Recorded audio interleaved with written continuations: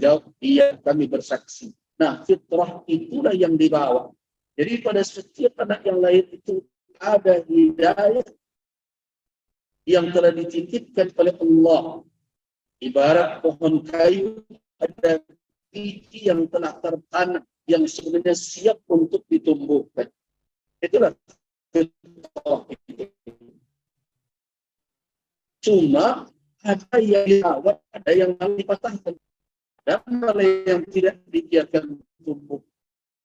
Siapa yang bertanggung jawab untuk memelihara supaya tumbuh menjadi pokok kayu kuat, kokoh dan berbuah, tetapi bukan ustaz, bukan teman, bukan lembaga apapun, tetapi fa'abawa, kedua orang tua. Tentu kita tidak akan berbicara tentang tarbiyatul aulad karena tidak itu judul kita. Dan pendidikan terhadap anak nantilah dalam kesempatan lain para ulama kita menjelaskan. Tapi yang saya ambil dari situ adalah salah satu bentuk hidayah. Yang kedua adalah hidayatul dalalah. Hidayah petunjuk. Ini yang ada di dalam Al-Quranul Karim. Karena itu Al-Quran disebut hudan. Dzalikal kitab la raiba fihi hudan. Bahkan salah satu nama dari Al-Quran, kalau kita tanyakan kepada ulama yang mengkaji ulumul Quran, dia sebut Al-Quran salah satu namanya Al-Huda. Rasul sallallahu alaihi wasallam salah satu gelaran beliau Al-Hadi. Karena Nabi memang memberikan hidayah. Fa innaka la ta'lam. Terus kalau ada yang bertanya, terus kenapa ada ayat yang mengatakan innaka la tahdi man ahbabta, sesungguhnya engkau tidak bisa memberi hidayah kepada orang yang engkau cintai, di kasus tentang paman beliau Abu Talib. Nah, para ulama mengatakan hidayah yang dinafikan oleh Allah dari Rasul bukan hidayah dalal, karena hidayah dalalah Nabi memang disuruh untuk menyampaikan itu. Beliau memberikan hidayah. Hidayah itu apa? Hidayah dalalah, hidayah petunjuk kepada yang hak. Itu bisa diberikan Nabi. Dan tugas itulah yang diwarisi oleh ulama. Memberikan petunjuk kepada yang hak. Itu juga yang ada dalam Al-Quran. Al-Quran memberikan petunjuk. Tetapi ada hidayah yang ketiga, yang itu tidak dimiliki oleh makhluk. Tidak dimiliki oleh makhluk. Nah, hidayah ini yang diistilahkan hidayatul taufiq namanya. Hidayatul taufiq. Orang ditunjukkan kepada yang benar. Apakah orang itu akan menerima kebenaran itu? Itu tidak ada di tangan manusia. Mau dia gelarnya buya, mau ustaz, mau kiai, mau habib atau apapun, tidak sampai ke situ kewenangan manusia. Bahkan Rasulullah Sallallahu Alaihi Wasallam betapa inginnya beliau, Abu Talib paman beliau yang telah berjuang membela beliau, meminta, ya amma kul kalimatan, wahai paman ucapkanlah sepatah kata, wahaju biha, akan aku jadikan itu sebagai alasan untuk membela engkau di hadapan Allah Subhanahu wa taala. Kalimat tauhid, kalimat syahadat. Tetapi di samping Abu Talib juga ada Abu Jahal dan kawan-kawan yang mengatakan atarghabu an millati abika Abdul Muttalib, maka engkau benci, ingin meninggalkan keyakinan bapakmu, nenek moyangmu Abdul Muttalib, sehingga akhirnya Abu Talib tidak beriman. Nah, kata Nabi, alangkah inginnya beliau agar Abu Talib bisa memeluk Islam. Tetapi kata Allah, innaka la tahdi man ahbabta. Engkau tidak bisa memberikan hidayah pada orang yang engkau sayangi. Hidayah apa itu? Hidayatul taufiq. Setelah kita tahu tiga macam hidayah, apa yang ada pada ulama? Hidayah yang kedua dan yang pertama. Hidayatul fitrah dan hidayatul dalal. Bahkan ulama mestinya lebih berhak untuk mendapatkan hidayah kedua. Kenapa? Karena ilmu itu ada pada mereka. Ilmu itu, dan mereka lah yang dituntut terlebih dahulu untuk mengamalkan kalau memang betul mereka adalah warasatul anbiya. Ingat hadis pewaris para nabi itu kan nggak pendek, panjang hadisnya. Walaupun sering dikutip al-ulama warasatul anbiya. Dan hadis itu panjang dalam riwayat Imam At-Tirmidzi, dalam riwayat Imam Abi Daud. Sambungnya adalah para ulama pewaris para nabi, innal anbiya'a lam yuwarrisu dinar wa la dirham walakin warasul ilma. Sesungguhnya para nabi tidak mewariskan dinar dan dirham. Nabi tidak mewariskan harta. Allah beliau menegaskan bahwa apa saja yang beliau miliki tidak bisa diwarisi. Kunna ma'athiral anbiya la nuras. Kami para nabi tidak diwarisi. Seluruh yang beliau tinggalkan itu untuk. Nah, apa yang diwariskan? Al-ilm. Innama warasul ilm. Nah, ilmu itu siapa yang menerima dari generasi ke generasi? Yang ulama. Nah, karena itu sangat heran kita kalau ada orang yang di dalam dadanya ada ilmu yang dia warisi dari Rasul, tapi dalam sikap dan perilakunya tidak menampilkan.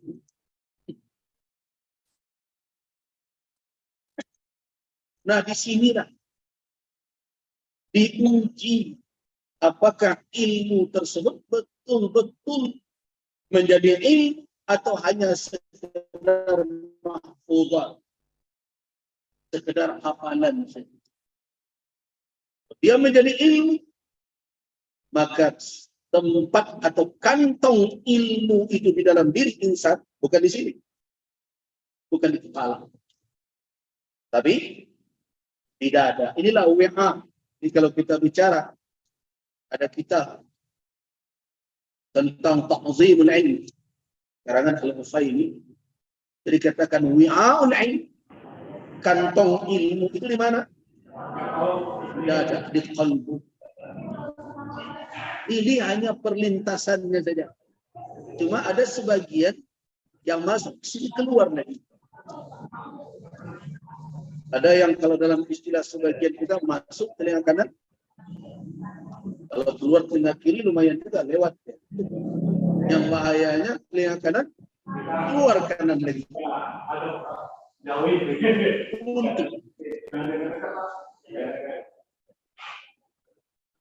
Nah, apakah ilmu tersebut betul-betul sudah ada di dada? Kalau ada, maka dia akan berbuah. Apa thimarul ilm? Apa buah dari ilmu? Jadi kalau sebenarnya kalau pengajiannya sudah bisa diakhiri, sudah selesai jawaban. Apa sikap ulama di dalam kondisi ini, dalam kondisi apapun? Bersikap sesuai dengan tuntunan ilmu. Apa tuntunan ilmu dalam kondisi seperti ini? Nah, kebetulan Anda tahu kenapa saya penuhi undangan WFA di bulan ini. Dan sudah bertahun-tahun kita. Kebetulan bulannya Muharram juga. Sekarang tanggal berapa? Tanggal 14. Saya mengambil inspirasi. Kajiannya namanya Fiqhus Sirah. Fiqhus Sirah. Bulan dahulu saya mendengarkan, tidak lengkap sih, tetapi beberapa kali uraian dari salah seorang syekh penulis Fiqhus Sirah, yaitu Syekh Muhammad Al-Ghazali rahimahullah. Kita ambil dari Sirah Nabawiyah, dari perjalanan hidup Nabi ini. Khususnya adalah peristiwa hijrah. Saya ingin beri ulasan sedikit. Kita kan kalau sudah berbicara tahun Hijriah, maka ingatan kita tertuju kepada satu Muharram. Lalu saya garis bawahi bahwa hijrah Nabi sebenarnya tidak terjadi di bulan Muharram. Dalam berbagai catatan ulama, di antaranya adalah kitab Syekh Safiur Rahman Al-Mubarakfuri, kitab Ar-Rahiq Al-Maktum, itu yang tersebar di Indonesia. Saya rujuk juga itu. Tanggal berapa terjadinya hijrah Nabi dimulai dari penghujung bulan Safar. Tepatnya tanggal 27. Dan sampainya Nabi di masjid beliau sekarang, yang itu adalah sebenarnya adalah milik dari satu kabilah di Yathrib yang sekarang kita kenal Madinah Al-Munawwarah, Bani Najjar. Bani Najjar ini ada hubungan secara kekerabatan dengan Rasul. Apa hubungannya? Bani Najjar adalah suku atau kabilah binti Amr. Salma binti Amr itu adalah ibu dari Syaibah. Syaibah itulah yang kemudian ma'ruf dengan panggilan Abdul Muttalib. Abdul Muttalib adalah kakek Nabi. Berarti itu adalah kabilah dari ibu Abdul Muttalib. Jadi tidak heran kan kalau ketika Nabi sampai di Madinah, ketika unta beliau ditarik kiri kanan, ya Rasulullah, bermalamlah di tempat kami, ya Rasulullah, bermalamlah di tempat kami. Apa kata Rasul? Da'uha, biarkan sajalah unta itu berjalan, fa innaha ma'muratun. Sesungguhnya dia sedang diperintahkan sekarang. Di mana dia duduk, di sanalah nanti posisi berhentinya. Dan di situ masjid nanti dibangun. Jadi Masjid Nabawi sekarang. Nah, setelah duduk di sana, di mana Nabi akan tinggal? Sementara masjid baru akan yang sudah dibangun adalah Masjid Quba. Masjid Quba di perkampungan Bani Amr bin Auf. Nah, sementara itu apa kata Nabi? Aina daru qaumina. Kalau orang tahu dengan sejarah itu, dia paham kalimatnya. Di manakah rumah kaum kita? Artinya kerabat kita dengan rumah. Nah, disitulah maju salah seorang tokoh dari Bani Najjar. Siapa? Ma'ruf Abu Ayyub. Ayyub dari Bani Najjar. Ya Rasulullah. Itu ceritanya. Tapi kita tidak cerita itu sekarang. Kita kembali kepada apa sikap Nabi. Kita tahu bahwa penetapan tahun berdasarkan angka. 1, 2, 3. Tidak dimiliki oleh masyarakat Arab. Dan tidak dimiliki oleh kaum muslimin sampai tahun 16 tahun setelah Nabi hijrah. Tidak punya. Tradisi orang Arab biasanya memberi nama tahun itu dengan mengkaitkan kepada peristiwa-peristiwa yang populer. Misalnya, pada tahun itu terjadi penyerangan pasukan bergajah. Jadilah nama itu tahun Amul Fil namanya. Tahun gajah. Terjadi perang yang disebut perang Fijar pada tahun itu dinamakan Amul Fijar. Umat Islam juga mengikuti itu. Sehingga disebut pula ada perjanjian Hudaybiyah. Tahun ke-6 setelah Nabi hijrah disebut dengan Amul Hudaybiyah. Tahun Hudaybiyah. Sampai Nabi wafat, bertahanlah kondisi seperti itu. Satu lagi.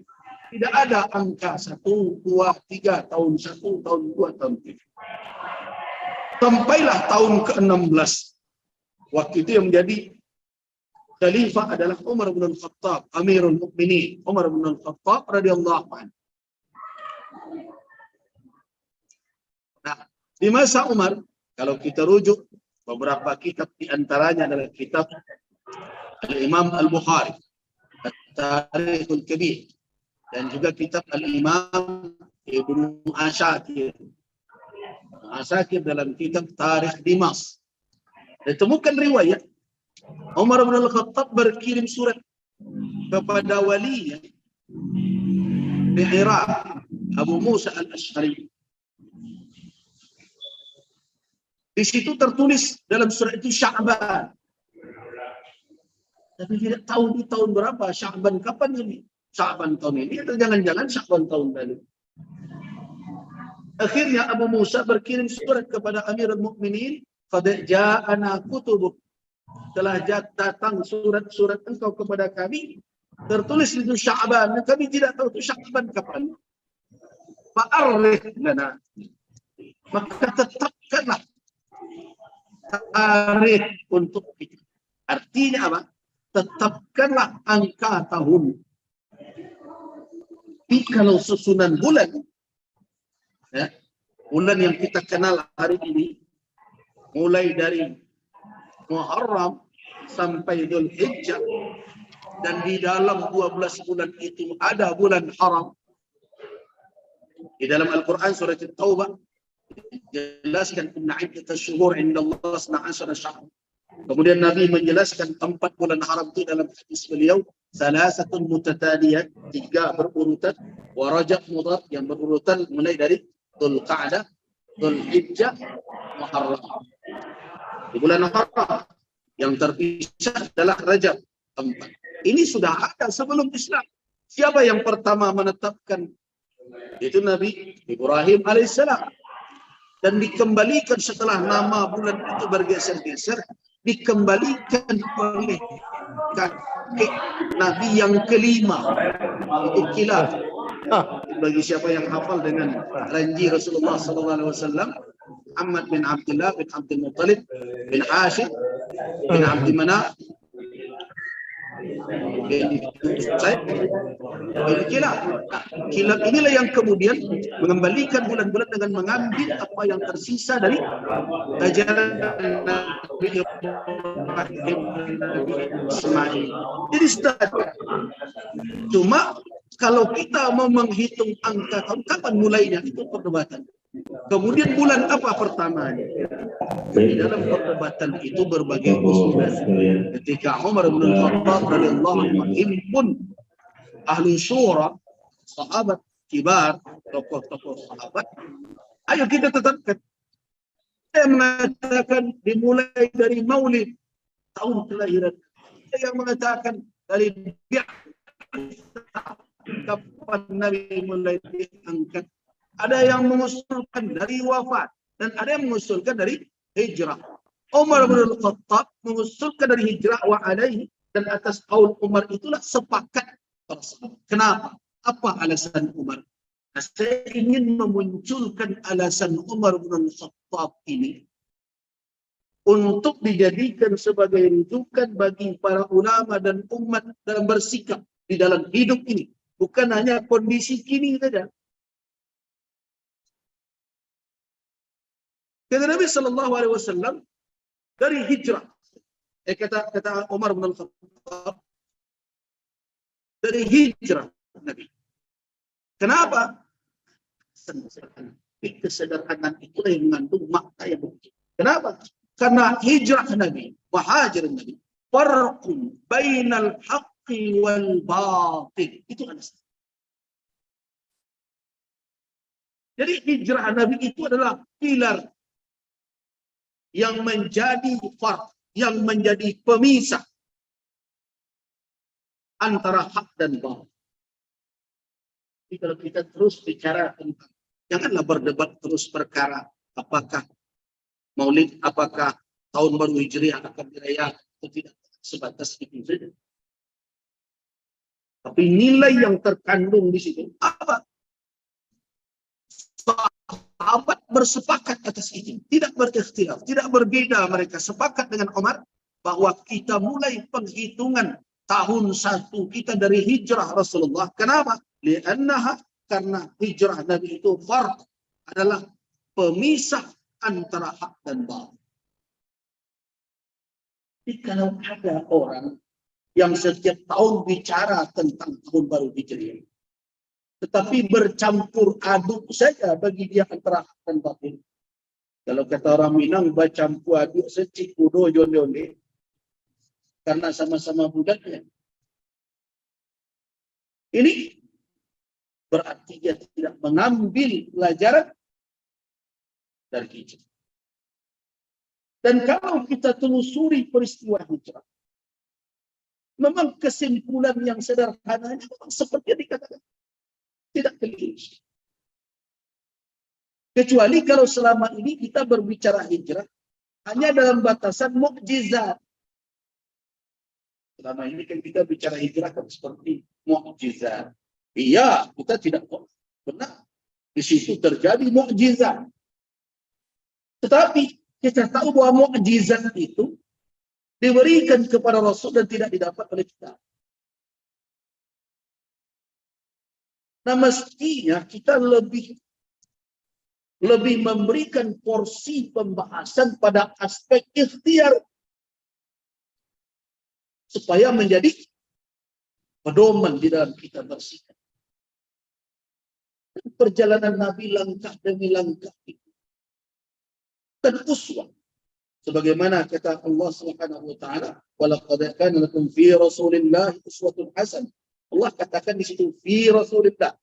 Fi itu bukan hanya sebatas zarf, tapi bermakna lil wi'a, yaitu meliputi mana fi. Nah, ini dan artinya apa?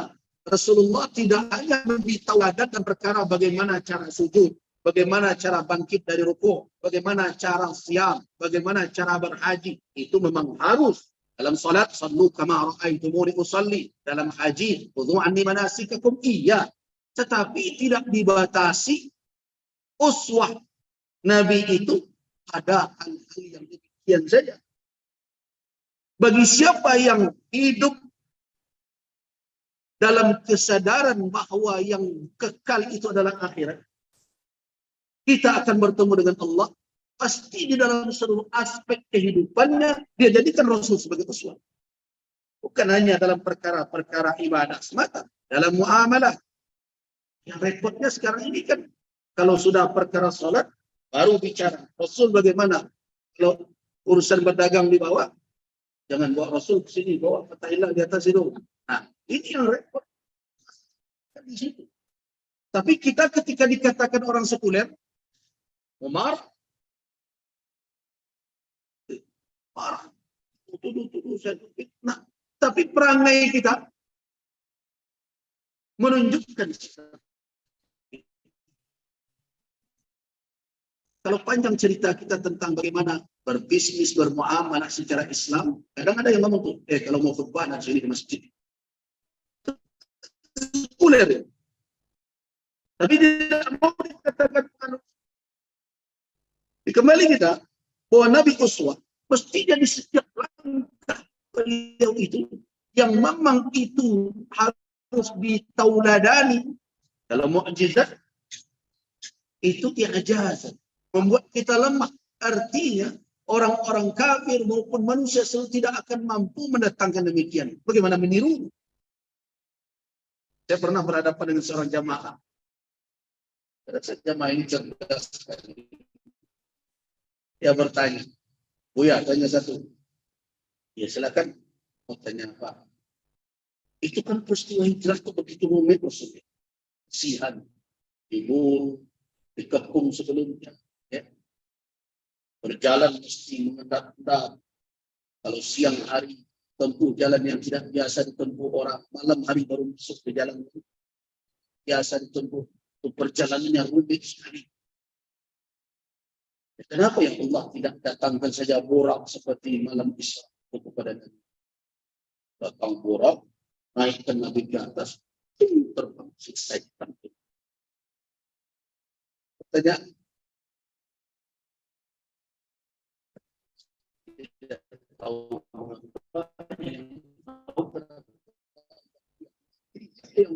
nah, tetapi kemudian kita bisa mengambil fikih pemahaman dari sirah perjalanan hijrah. Apa yang kita ambil? Saya katakan perjalanan hijrah itu bukan perjalanan hijrah Nabi adalah perjalanan yang telah direncanakan dengan matang, dengan strategi yang tepat, dan orang-orang yang diberikan amanah untuk memfasilitasi, menemani, dan menjalankan peran-peran dalam hijrah itu adalah orang-orang yang tepat dan telah diukur keakuratannya sehingga sukses berhasil. Jadi mukjizat, iya terjadi mukjizat. Misalnya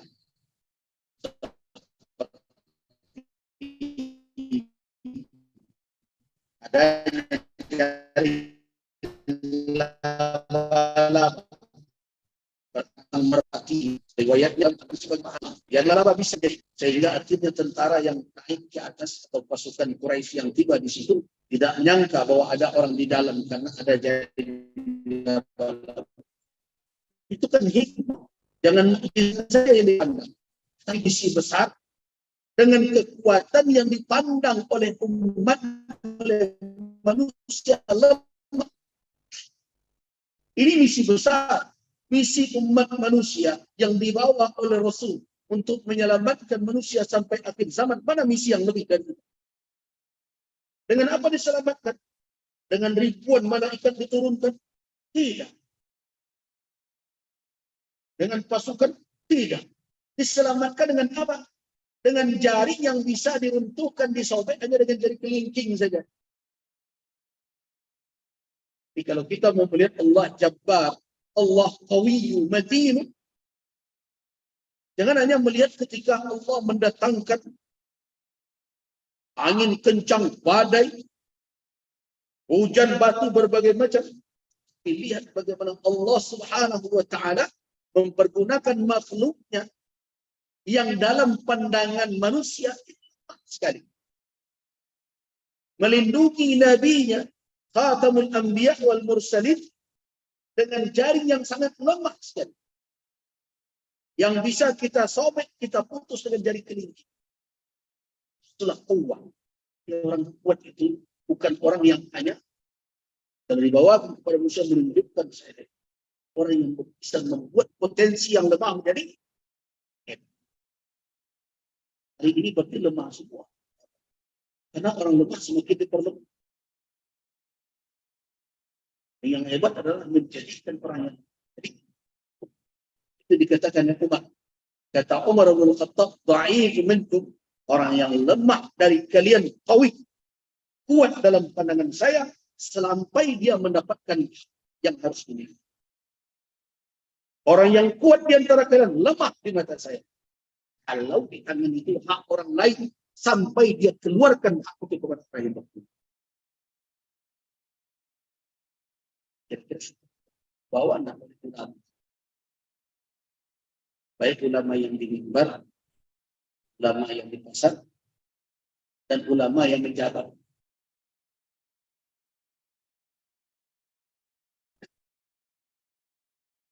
Itu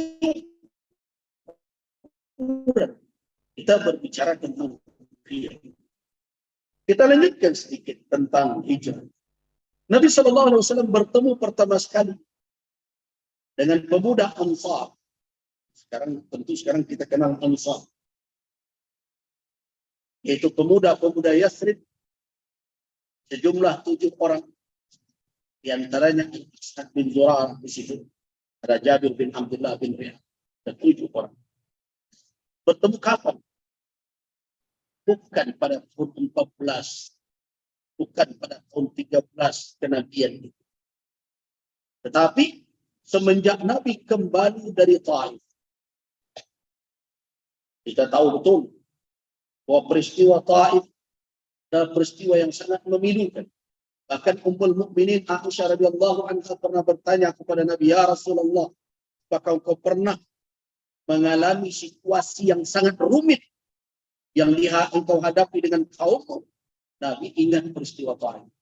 Saat itulah malaikat turun menawarkan kepada Rasul untuk mengangkat dua bukit besar Makkah, itu bukit Abi Qubais atau Jabal Abi Qubais dengan bukit Qu'ain yang sekarang sudah habis itu. Kecuali Abi Qubais yang masih ada, itu akan ditimpakan. Tetapi Nabi SAW tidak memilih untuk mendatangkan, mengizinkan terjadinya azab untuk kaum beliau. Bahkan beliau berdoa agar ayyukhrijallah Allah, mudah-mudahan Allah mengeluarkan min aslabihim, dari sulbi orang-orang yang menentang beliau itu dzurriyyatan, keturunan yang tidak akan mempersekutukan keluarga. Itu sikap Nabi. Itu kondisi sangat rumit. Pulang dari sana, putus asa Rasul tidak. Kapan terjadinya itu? Terjadinya adalah pada tahun 10 beliau ke Taif, kenabian. Beliau bertemu dengan 7 orang pemuda Ansar. 7 ini masuk Islam dan kembali ke Madinah, Yasrib waktu itu namanya. Kemudian tahun berikutnya, setahun lama menunggu, kembali ke Mekah, bertemu tepat di musim haji juga, dibalik dari Aqabah. Jadi sekarang Aqabah, tempat jamaah haji melontar jamrah pertama itu. Tidak jauh dari Aqabah itu ada masjid kecil, masjid tua. Itu diriwayatkan dibangun awalnya dulu oleh Abdul Aziz sebagai monumen. Peristiwa baiat ada di situ. Nah, yang 7 orang ini tahun 11 bertemu, tahun 12 kembali 6 orang, 1 tidak sempat kembali. Ditambah dengan berapa? Ditambah dengan yang lainnya menjadi berapa? 12 orang. Nah, 12 inilah yang pertama sekali berbaiat kepada Nabi. Tahun 12 kemudian, itu disebut dengan baiat Aqabah pertama. Mereka akan tunduk kepada Islam dan mereka minta agar diutus seorang dai. Seorang dai oleh Rasul. Dan ini dai resmi pertama Rasulullah. Diutus oleh Nabi Mus'ab bin Umair al-Abdari untuk berangkat ke Yasrib berdakwah. Nah, tahun 13 kenabian, kembali Mus'ab sukses menjalankan dakwahnya, sehingga 72 tokoh bertemu dengan Rasulullah SAW di Aqabah, pertengahan hari Tasyrik tanggal 12. Dan cepatkan saja, pertemuan itu akhirnya terjadi di malam hari, sengaja dirahasiakan. Tapi kemudian nanti syaitan dari golongan jin menyorakkannya. Yang ingin saya ambil garis bawahi tentang sikap ulama adalah menghadirkan kembali peristiwa itu sebagai ilmu dan menjabarkan dalam sikap. Apa itu? Diriwayatkan dari berbagai, di antara dari Jabir bin Abdullah, kemudian juga dari Anas bin Malik dan lain-lain. Riwayat ini ada dalam Musnad Imam Ahmad bin Hanbal. Ketika pertemuan malam itu terjadi, awal man takallam, yang pertama kali bicara di dalam majelis itu siapa? Adalah Abbas bin Abdul Muttalib. Abbas bin Abdul Muttalib waktu itu belum lagi memeluk Islam. Tapi dia datang sebagai salah seorang paman Nabi, Hamiyah. Ini adalah semangat membela dusana keluarga. Beliau datang bersama Rasul. Dan beliaulah yang pertama sekali berbicara. Apa isi pembicaraan?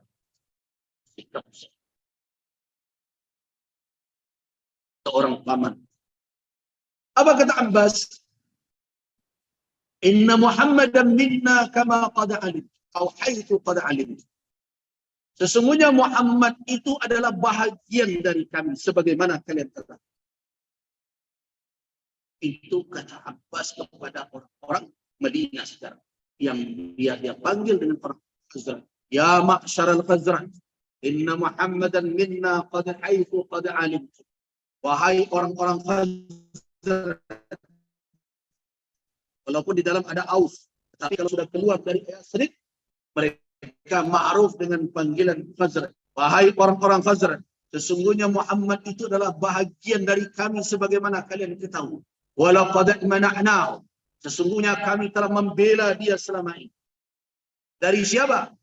Memang dari orang-orang yang sependapat dengan kami terhadapnya. Itu menunjukkan bahwa Abbas belum memeluk Islam. Walaupun saya berbeda dengan Muhammad, tapi sebagai keluarga, saya telah pertahankan, dia telah bela dia. Innahu fi'izzah.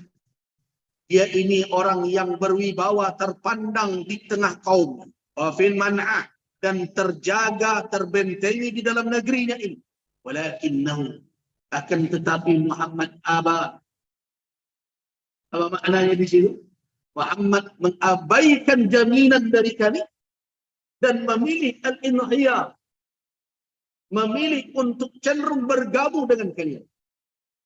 Nah, sekarang kata Abbas, in kuntum taraw, jika kamu sekalian melihat ke depan ini, annakum wafun, sesungguhnya kamu akan memenuhi janji kalian, lima da'utumuhu ilaih,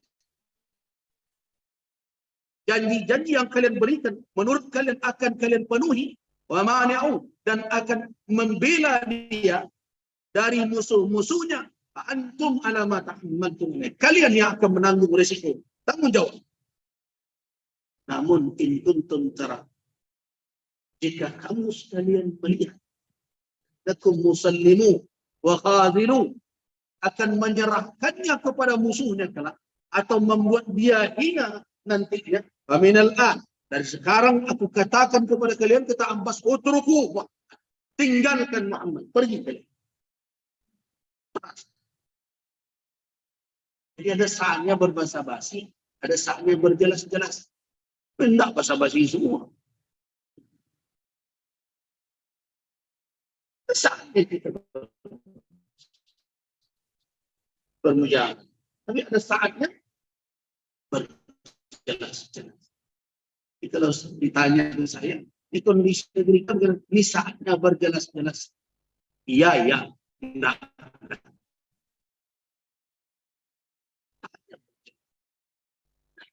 Untukku, tinggalkan dia. Kalau kalian tidak akan memenuhi janji kalian, kalian akan menyerahkannya kepada musuhnya, kalian akan menghina. Aminan dan sekarang tinggal. Innahu fi man'ah. Dia terbela di negeri. Ya, dia terpat. Artinya, kalau kita jabarkan, kami keluarga itu ini siap mempertahankan. Tapi lihat sikap Abbas. Hanya satu patah kalimat saja yang mereka jawabkan kepada Abbas bin Abdul Muttalib radhiyallahu anhu. Satu patah. Laqad sami'na. Itu dia.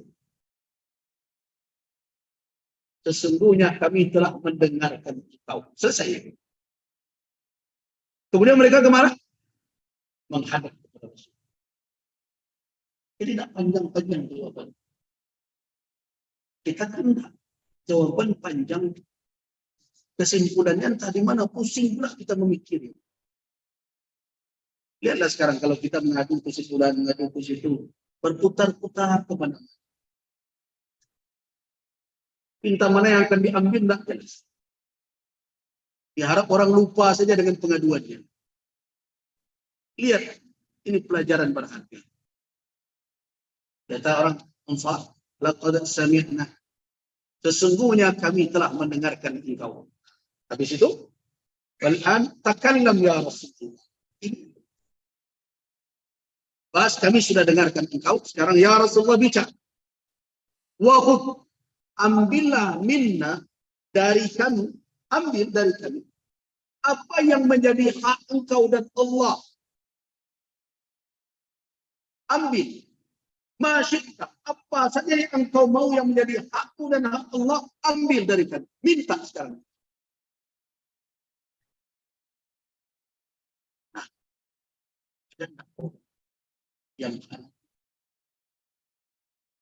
yang betul-betul tidak ada ketika berhadapan dengan tuntutan Islam. Saya khawatir hari ini kita bicara Muslim, mukmin. Ketika Islam dan iman itu menuntut kepada kita, tidak menyerahkan seperti ini.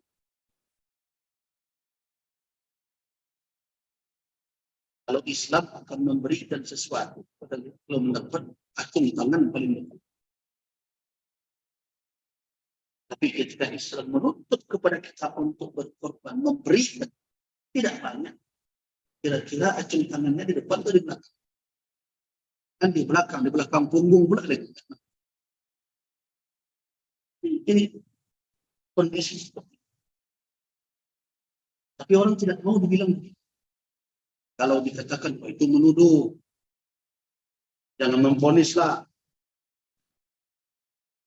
Walaupun sebenarnya kita tidak tunjuk orang, tapi sikap yang menunjukkan. Kan kita sama dengan orang dituduh munafik ya, marah. Padahal dari tanda kemunafikan itu bukan satu lagi, keempat-empatnya. Kan hadis tentang munafik ada yang populer kan satu, hadis Abu Hurairah, ayatul munafik salat. Tanda munafik ada tidak bicara bohong. Kemudian wa'ada, apabila janji, Idza wa'ada wa idza tumina, apabila diberi amanah, khan, berkhianat. Taruhlah yang tiga ini bisa disembunyi-sembunyikan sekarang.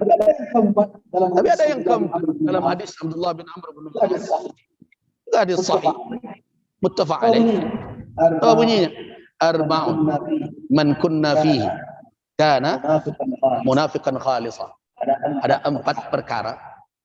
Kalau keempat ini ada pada seseorang, itu kana munafiqan khalisa. Jadilah orang itu munafik tulen. Jadi utuh kemunafikannya, khalis. Mana itu? Yang 3 sama dengan hadis Abu Hurairah. Ada satu lagi yang hari ini dipraktekkan banyak orang. Apa itu? Idza khasama fajar. Apabila dia bermusuhan dengan orang dalam berbagai bidang. Orang sekarang kan banyak cari musuh, musuh politik, musuh dagang, berbagai macam, berkhusumat. Apalagi yang sangat kita sesalkan, tokoh-tokoh kita, politik kita hari ini jatuh ke dalam ini. Silakan mereka tolak, tapi perkataan, sikap, pernyataan mereka membuktikan itu. Apabila berkhusumat fajar. Apa makna fajar? Mala anil haq. Kalau sudah berlawan, tidak peduli halal haram, tidak peduli hak batil, habisi semuanya. Bukankah itu sekarang yang terjadi? Diperalat hukum, diperalat ini, diperalat, yang penting habis. Itu adalah orang yang jatuh ke dalam fujur, ke dalam kedurjanaan ketika mereka berkhusumat dengan orang lain. Jadi cerita kontestasi, ya kan? Bahkan pakai ayat pula, fastabiqul khairat. Di dalam tradisi politik Indonesia sekarang ini sulit ditemukan orangnya. Di dalam dagang juga begitu. Oh, ini saingan kita. Padahal setiap waktu dijelaskan oleh ulama di masjid ini. Bapak, ibu-ibu ingat, Allah tidak pernah keliru dalam membagikan jatah rezeki. Kalau mau mencarinya, menuntutnya pandai-pandai dan bagus-bagus caranya. Ajmilu fit talab. Begitu kata Nabi. Kenapa? Inna nafsan lan tamuta. Sesungguhnya seseorang belum akan mati hatta tastawfiya min rezeki. Sampai utuh rezeki, jatah rezeki yang diuntukkan untuk dia. Apa yang didapatkan oleh orang tidak akan meleset ke kita. Apa yang dijatahkan untuk kita tidak akan salah bagi kepada yang lain. Tetapi yang terjadi apa? Khusumat menjadi fujur. Sehingga ada sebagian yang pergi ke dukun. Nah, orang sibuk buka toko, dia sibuk menyiram toko orang dengan air yang diminta di mana-mana. Nah, berbagai macam cara. Itu kan fujur namanya. Bersaing tapi tidak peduli dengan hak dan batil. Nah, sekarang bagaimana kalau kita katakan itu kemunafikan? Mereka tidak mau. Mereka ingin disebut sebagai muslim yang taat juga. Nah, padahal kenyataan demikian. Nah, kembali kita kepada konsep tadi. Begitu orang-orang Ansar. Jadi itu yang harus kita ambil. Jika Islam menuntut kita demi izzahnya, demi izzul muslimin, apa sikap yang harus diambil? Ya seperti tadi, ya Rasulullah, khudh minna, ambillah dari kami Apa yang menjadi hak Allah dan hakmu, masyi'ta, apa saja yang kau inginkan. Barulah di situ Nabi SAW memberikan petunjuk dalam Jabir bin Abdullah itu, bay'uni, bai'atlah aku. Ini yang terus saya titipkan kepada kawan-kawan, segarkan ingatan umat dengan 5 baiat itu. Yang pertama apa? Alas sam'i wa ta'ah, untuk patuh dan taat, fin nasyati wal kasal, baik dalam keadaan bersemangat kita dengan Islam kita atau sedang mengendor. Enggak, ketika bersemangat belum azan sudah sampai di masjid. Ketika tidak bersemangat dihantarkan speaker masjid ke telinganya, cuek sini. Gitu. Nah, itu taat dan patuh hanya ketika sedang menggebu saja. Ketika menurun, jauh. Yang kedua, Pak, bay'uni 'alan nafaqah, untuk bisa menginfakkan apa yang diberikan oleh Allah berupa rezeki kepada kita. Untuk Islam, untuk perjuangan Islam. Dalam keadaan apa? Fil usr wal yusr. Dalam keadaan susah sekalipun, begitu juga dalam keadaan mudah kehidupan kita. Jadi dalam sempit dan lapang, tetap berbagi untuk Islam. Yang ketiga apa lagi? Alal amri bil ma'ruf wan nahi 'anil munkar. Menegakkan amar ma'ruf nahi munkar. Dalam keadaan apapun, dimanapun posisi kita. Ini sangat mengherankan ketika kita melakukan tindakan memperingatkan kemungkaran, ada sebagian orang mengatakan, Buya, saya mengerti sikap Buya dan kami setuju. Cuma Buya maklumi pula kami, periuk nasi kami. Nah, bagaimana ini? Siapa Ar-Razzaq? Siapa yang memberi rezeki? Allah, bukan atasan kita. Kenapa bergeser dari itu? Al-amru bil ma'ruf wan nahyi 'anil munkar. Ini adalah baiat yang keempat. Yang ketiga. Yang keempat, an taqumu fillah, untuk tegak berdiri di jalan Allah. Istiqamah di atas itu. Wala ta'khudhukum laumatu la'im. Jangan kamu terseret oleh celaan, cacian, makian siapapun yang mencela dan memaki. Artinya apa? Jangan karena demi pencitraan kita. Jangan karena demi ini dan itu, orang akan bicara begini, orang akan melihat begini. Kemudian kita bergeser dari fillah, apa yang diridai oleh Allah, jalan yang telah terbentang. Jadi walau bagaimanapun, an taqumu fillah, kamu tegak di jalan Allah dengan lurus. Wala ta'khudhukum, jangan kamu diseret-seret oleh laumatul laim, celaan orang yang mencela. Kan hari ini kan orang banyak istilah yang dipakai.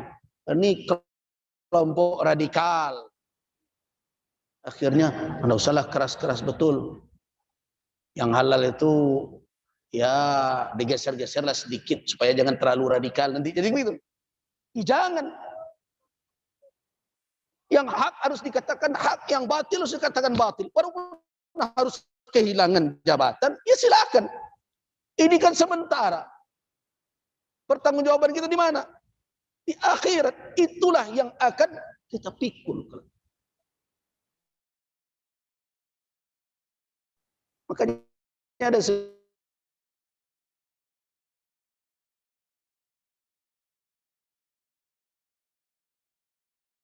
tugasnya saya sampaikanlah, arju hati amanah sedikit sejauh yang kewenangannya saya sampaikan.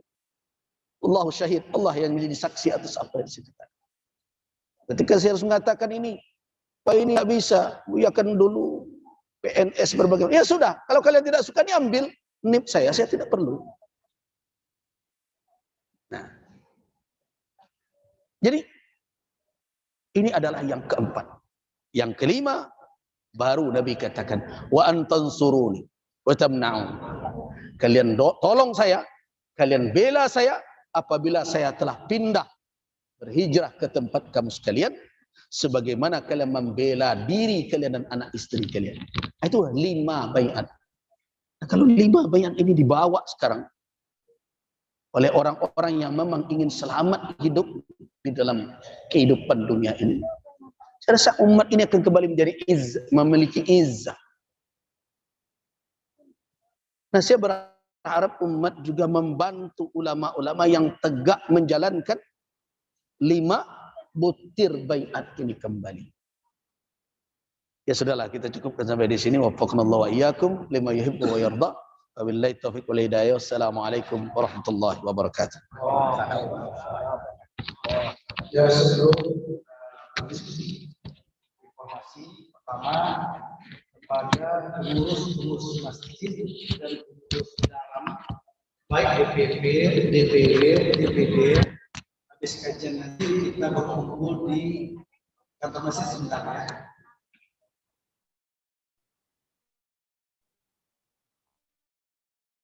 Bapak Ibu yang hendak bertanya saja.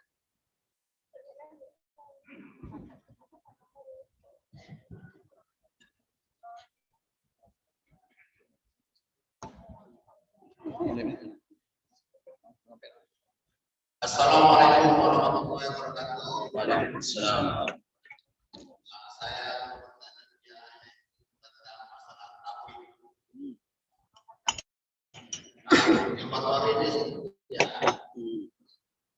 itu saya mendengar ya tentang masalah tauhid itu ada katanya ritual dari agama lain, bukan dari agama Islam. Tapi saya perhatikan itu yang datang ke sana itu pada pemuda umat Islam, termasuk yang kedua pemuda. Tadi saya dengar dia sebagai ketua MUI.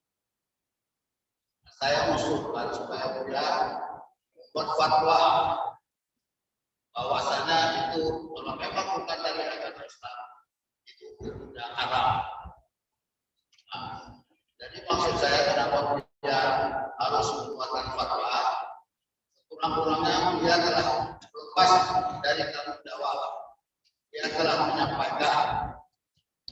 Nah, itu usul atau pertanyaan atau saran-saran. Yang kedua Ustaz, tadi dia mengatakan, apakah itu adalah Tuhanmu? Maaf ya, kalau bisa bukanlah aku ini adalah Rohmu. Jangan Tuhan. Karena Tuhan itu ditujukan untuk dewa, bukan untuk Allah. Assalamualaikum warahmatullahi wabarakatuh. Langsung, yang pertama tentang tabu.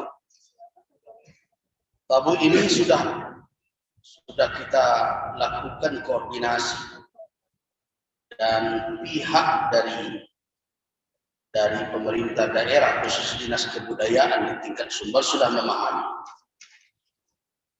Nah, di tingkat pemerintah daerah kita sudah minta lakukan kajian secara mendalam dengan MUI pada Kota Pariaman dan sudah disampaikan.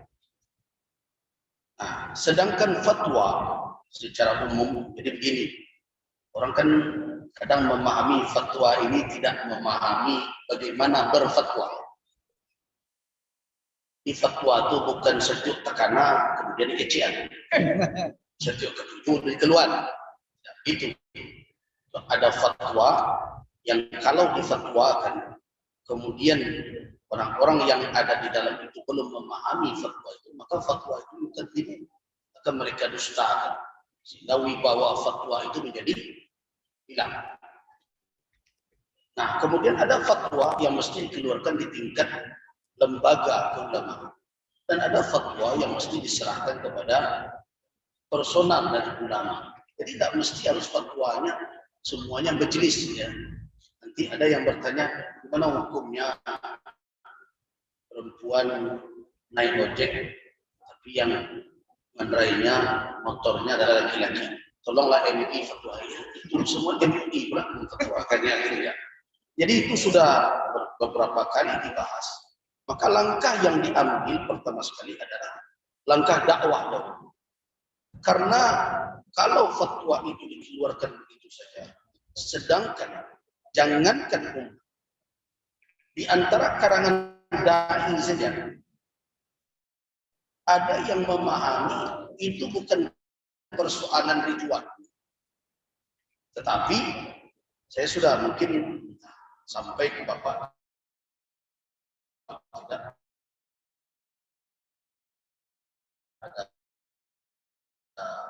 tiga kalau tidak salah pernyataan saya di dalam kajian bahwa yang tabu itu secara proses pelaksanaan tabu itu berasal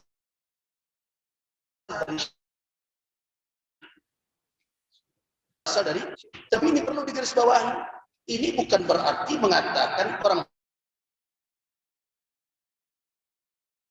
Pariaman Syiah. Ini dua hal. Kita berfatwa itu jangan sampai sudah berfatwa tidak. Nah ini yang perlu. Jadi ulama tidak begitu saja berfatwa seperti itu. Maka akan diberi dulu dipelajari dulu kondisi dan keadaan. Syekh Burhanuddin tidak ada membawa ajaran Syiah. Kalau orang Pariaman sekarang mengatakan kami adalah penerus dakwah Syekh Burhanuddin yang ada di Ulaan ya, of Singkili di Aceh, dan kawan-kawan beliau dan murid-murid beliau bertebaran di Sumatera Barat. Walaupun tentu Islam tidak masuk dibawa oleh Syekh Burhanuddin, perlu diingat. Islam telah ada sebelum Syekh Burhanuddin. Karena Syekh Burhanuddin ke Aceh itu bukan mengambil Islam, tapi itu meningkatkan pengajian. Kalau ibarat orang kuliah sekarang dari S1 ke S2. Karena Syekh Burhanuddin telah belajar dengan Tuanku Madinah di Pariaman sebelum berangkat ke Singkil. Dan bersama beliau ada kawan-kawan beliau yang dari juga. Ada yang dari yang jadi Tuan Kadi, yang dari Padang Gantiang, ada yang dari Solo, ada yang dari pesisir Painan, ada yang dari Padang, Tetangga, dan lain-lain. Itu pertanda Islam sudah mulai datang. Jadi sekali saya garis bawahi, orang Pariaman tidak Syiah, tidak penganut Syiah. Dan jangan ada yang mengatakan bahwa orang Pariaman pernah menganut Syiah Karamitah. Itu adalah tulisan Mangaraja Perlindungan di dalam kitab Tuanku Rao. Ini yang sering menyesatkan orang ini. Kitab ini dipakai oleh para akademisi menulis tentang perang Padri yang isinya fitnah. Dan sama tebalnya dengan kitab Tuanku Rao itu. Yang diberi judul lebih angka Tuanku Rao antara fakta dan khayal. Itu bantahan terhadap Mangaraja. Nah, disitulah ada yang mengatakan bahwa orang Minangkabau pernah menganut Syiah Karamitah. Itu Syiah Karamitah itu berbahaya dan itu dulu yang mencuri Hajar Aswad. Jadi tidak ada itu satu. Tetapi akarnya memang dari Syiah iya. Terus siapa kemungkinan yang membawanya? Kemungkinan membawanya adalah orang-orang dari Gurkha yang dimasukkan di dalam ketenteraan oleh Inggris ketika menguasai daerah pesisir barat Sumatera. Bapak ingat kan ibu-ibu bahwa sebelum Belanda siapa yang berkuasa? Inggris. Itu Tabuk itu di Bengkulu, Tabuk namanya. Tabuk itu ada di dua wilayah. Nah, ini kemungkinan besar adalah orang-orang Gurkha tadi yang mereka memang beragama Islam tapi di dalam konteks ilmu kalam ya. Nah, mereka adalah orang-orang penganut Syiah. Inilah karena itu pernah dahulu ada tabu ini di Padang Panjang. Jadi mungkin yang dulu tahu dan bertemu, tapi itu pernah dulu di Padang Panjang. Siapa yang melakukan? Orang-orang keturunan dari Gurkha itu juga yang kerja mereka tukang pati. Ya. Nah, disebut orang-orang Cipai namanya. Nah, kemudian hilang itu dan tidak ada lagi. Nah, sekarang bagaimana persoalannya? Persoalannya tidak pada ulama lagi. Nah, saya senang dengan pertanyaan ini. Tapi pertanyaan ini dihadapkan pula nanti ke Pemda. Nah, kita kan sekarang kan hanya ke ulama yang kita katakan, ayo fatwakan ya. Siap. Saya sudah ingatkan, bahkan di tingkat provinsi, ketika itu Dinas Kebudayaan, ada Bu Ranti namanya, beliau adalah putri dari A.A. Nafis yang mengarang kitab Robohnya Surau Kami. Nah, itu sudah kita tidak setuju juga. Tetapi daerah kita yang tempat adanya itu menjadikan dia ikon. Nah, inilah ketika ikon perwisata ini telah dilabel begitu, maka menyangkutlah di situ berbagai kepentingan termasuk ekonomi yang melibatkan orang banyak. Nah, karena itu kita mengambil kebijakan. Ketika itu kita minta, mungkin ada yang tahu dengan Ustaz Zulkarnain di Kota Pariaman, beliau ketua bidang fatwa begitu. Ustaz, tolong diberi pencerahan umat bahwa tabu ini akarnya adalah Syiah. Dan saya sangat khawatir. Mungkin di dalam video itu sudah saya jelaskan, mungkin nanti dicari lagi. Saya sangat khawatir ini akan diisi kembali. Kenapa? Karena saya mendeteksi adanya tokoh-tokoh dari kedutaan Iran yang datang di dalam. Nah, tetapi sampai hari ini Bapak, pemerintah daerah kita masih belum mau. Jadi ini bukan persoalan fatwa lagi. Adanya di mana? Di ranah pengambil kebijakan. Nah, kalau memang kita sepakat dalam hal ini, didukung oleh termasuk perantau, apalagi yang di Pariaman, tapi dengan memahami bahwa masyarakat kita sebagian memang hidup dari kegiatan itu, banyak mendapatkan keuntungan pariwisata.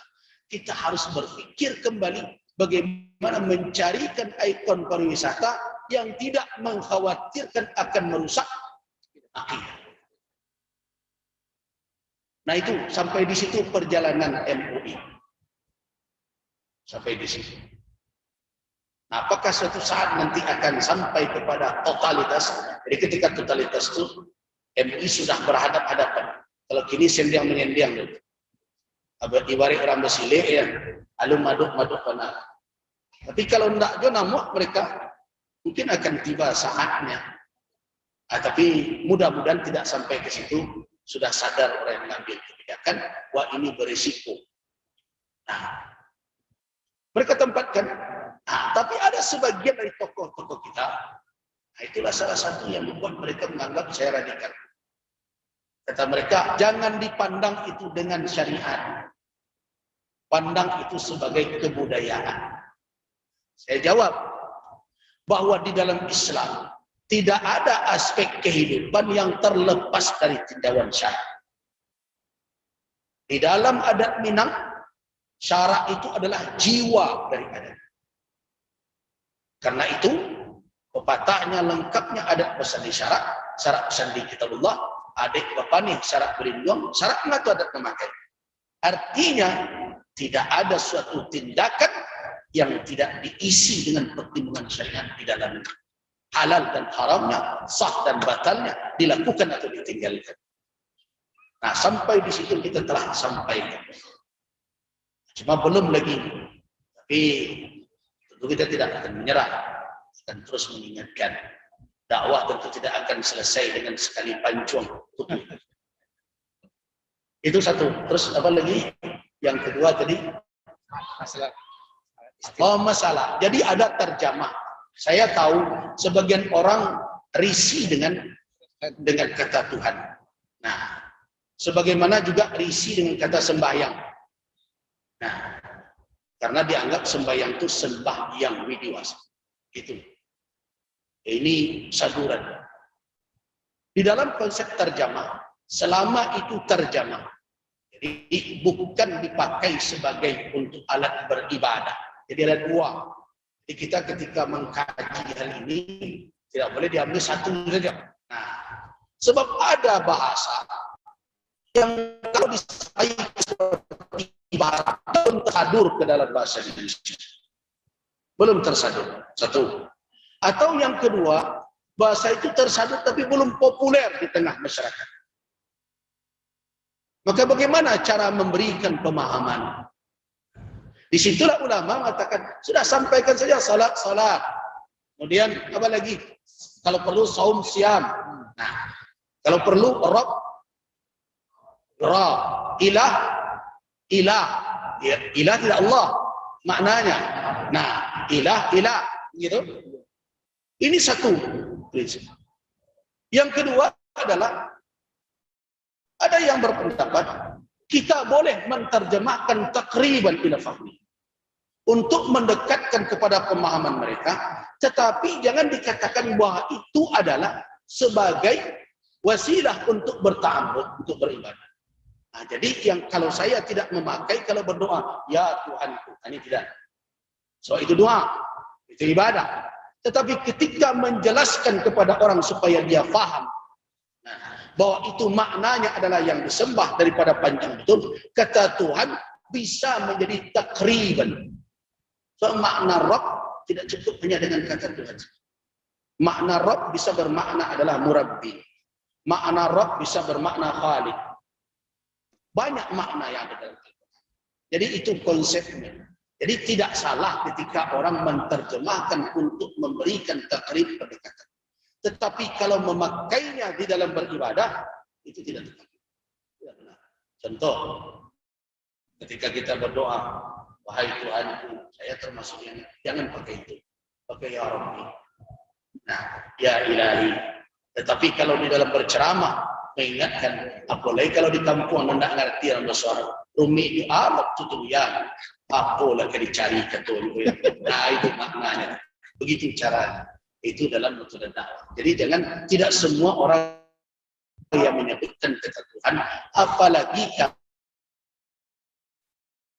kalau kata itu telah seperti menyembah Tuhan, karena dibalik-balik Tuhan. Jadi yang itu dia nggak jelas itu. Nah, bagaimana?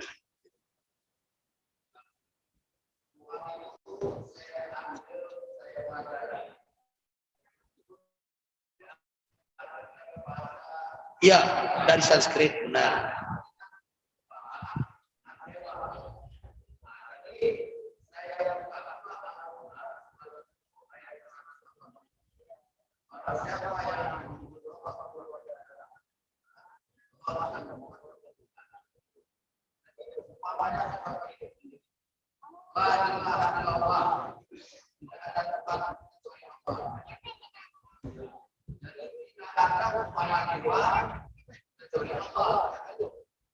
Mungkin sebentar saya potong.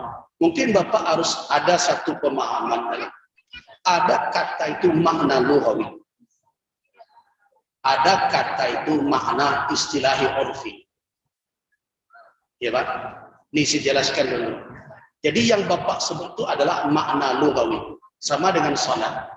Salat makna lughawinya doa. Ketika dia dusta'mal, dipakaikan di dalam istilah syar'i, muncul yang populer makna salat apa? Adalah ibadah. Dengan gerak tertentu, perkataan tertentu, dengan niat yang tentu, diawali dengan takbir, ditutup dengan salam. Kan begitu? Itu makna mustalah. Nah, ketika uruf ada di satu daerah, kebutuhannya bukan kebutuhan ibadah, kebutuhan terjemah. Sekarang saya mau bertanya kepada Bapak, ketika Bapak hadir di satu tempat, orang meminta apa Rabb itu? Bahasa kita, kata kita. Kita ya Rabb. Nah, apakah Rabb itu bermakna adalah Rabb dengan makna sifat dengan Allah dengan lafaz jalalah? Ada dua perbedaan. Jadi ini kajiannya sebenarnya sudah panjang. Tidak semudah itu mengatakan ini tidak boleh dipakai. Nah, tetapi dalam batasan-batasan tertentu dia boleh untuk takrib. Sama dengan terjemah. Kalau Bapak akan cari terjemah yang pas, saya mau tanya contoh. Apa makna kaf di dalam bahasa Arab? Kafur. Ini contohnya. Tidak terjemah itu memang tidak mewakili seluruh makna. Kafur. Bapak lihat ya, orang Nibia Elva juga sering membawa jamaah pergi umrah dan haji. Pernah nggak lihat orang Indonesia pakai sarung tangan, dan sarung tangan ya, tapi penutupnya saja, atasnya saja, bawahnya buka. Ada juga yang buat sarung tangan di bolongnya ini. Kenapa ada gaya seperti itu? Itu penyebabnya terjemah yang tidak memenuhi seluruh makna. Nah, kenapa demikian? Karena dalam bahasa Indonesia tidak ada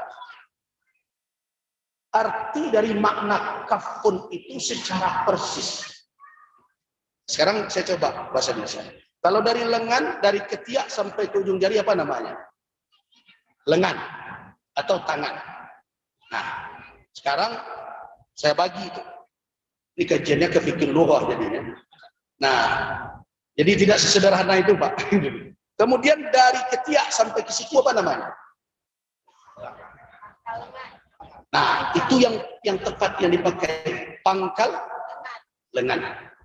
Selesai kan? Pangkal lengan. Tapi masih pakai lengan. Nah, kita lanjutkan. Mulai dari siku sampai ke pergelangan tangan. Apa namanya? Tangan tapi ini tadi.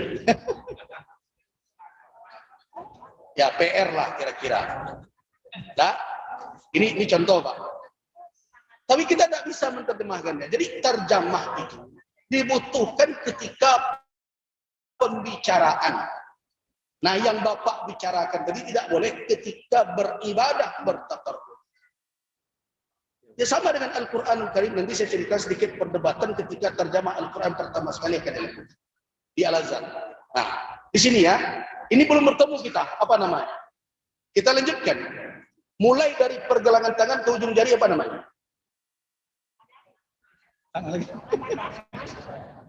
Di bahasa Indonesia bukan bahasa Arab. Tapi tangan ini tadi. Tapi dari pergelangan tangan saja ini boleh. Pergelangan tangan ini sampai ke ujung jari. Jari ini. Tangan ini. Telapak tangan ini saja. Punggung tangan ini saja. Yang keduanya apa? Jari ini. Ya sudah, nyerahnya tidak ada namanya.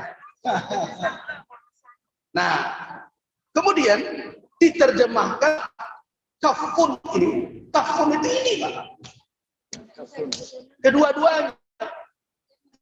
Telapak tangan dengan punggung tangan. Itu kafun bahasa Arab. Sehingga ada hadis Nabi mengatakan, ya kan?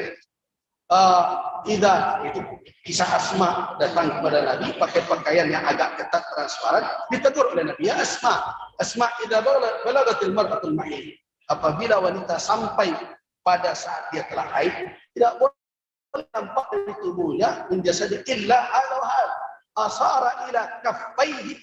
Nah, kafun, Nabi mengisyaratkan telapak tangannya dan ke wajah. Ya, wajah. Apa makna kafun? Karena orang Indonesia tidak ketemu terjemahan kafun itu diterjemahkan ala kadar telapak tangan. Nah, dari terjemah itu sudah dibuat sarung tangan bolong itu. Jadi saya tidak mengatakan bahwa Rabb itu bermakna Tuhan dalam pengertian agama itu Sanskrit. Tetapi sebagai pendekatan. Nah, ketika orang itu telah paham itu, mengerti, baru kita jelaskan makna rububiyah. Jadi terjemah tidak mewakili, terjemah takriban. Jadi ada perdebatan ketika Al-Quran diterjemah. Ada kelompok ulama yang anti dengan terjemah Al-Quran. Menentang. Kenapa mereka menentang? Karena itu akan mentahrifkan Al-Quran. Akan menyelewengkan Al-Quran dari maknanya. Tolak, tidak ada terjemah-terjemah. Tapi kelompok ulama yang lain, kalau tidak terjemah, bagaimana kita menjelaskan ini kepada orang yang tidak punya bahasa Arab? Yang tidak mengerti apa makna Tuhan di India misalnya, Huda. Bagaimana menjelaskan? Nah, di situ terjadi perdebatan antara kelompok yang setuju menterjemah dengan kelompok yang tidak setuju menterjemah. Akhirnya diambil keputusan di dalam Majma' Buhus, lahirlah keputusan bahwa Al-Quranul Karim boleh diterjemahkan disuruh dengan syarat. Apa syaratnya? Yang pertama itu untuk menyampaikan risalah Islam, menterjemahkannya kepada dua. Terjemah bukanlah Al-Quran. Bukan Al-Quran. Wala ta'khudhu, dan tidak mengambil hukum Al-Quran sedikit pun. Jadi jangan dikatakan ketika kita membaca hadis, bahwa membaca Al-Quran itu satu huruf mendapat 10. La aqulu alif lam mim harf. Tapi alif harf, mim harf, ya kan, lam harf. Itu tidak bisa dikatakan dengan nama Allah. Apakah dapat D-nya 10, E-nya 10? Tidak. La ta'khudh. Dan tidak boleh dijadikan rujukan hukum. Kenapa? Karena yang dikatakan dalil itu Al-Quran. Al-Quran itu adalah ma nazala, ma auhallahu ta'ala ala Nabi Muhammad sallallahu alaihi wasallam. Adalah Arabi. Nah, jadi fahami ketika ulama harus menterjemahkannya dalam rangka takrib pendekatan bahasa dengan menggunakannya sebagai ibadah untuk beribadah kepada Allah. Pajak kecil. Baik. Ya, alhamdulillah. Sudah kedua ya. Informasi Bapak Ibu, kami mengundang Bapak Ibu semuanya acara pembukaan Munas Musyawarah Nasional pertama sekarang. Nanti pada Ahad tanggal 24 September pagi jam 9 pagi bertempat di Hotel Balairung di Matraman Raya. Bapak Ibu kami undang semuanya dalam acara pembukaan tersebut. Insya Allah Bu Agus nanti akan menyampaikan kembali masa-masa beliau. Dengan juga ditamu oleh Bu Anwar Abbas juga, Ketua Dewan Pakar, dan beberapa tokoh-tokoh Minang lainnya. Yaitu pembukaan acara dari pagi sampai malam acaranya. Itu undangan resmi Bapak Ibu semua dalam acara pembukaan acara Munas pertama Daram. Insya Allah Ahad tanggal 24 September insya Allah. Terima kasih perhatiannya. Bapak Ibu pengurus, ya pengurus sekarang dari DPP sampai DPW, DPD, ya pengurus masjid, kita ke ruangan sebentar, ya misi Parwi, ya misi perut, terus yang terakhir nanti untuk rapat di ruang sebelah untuk rapat ini. Terima kasih atas perhatiannya.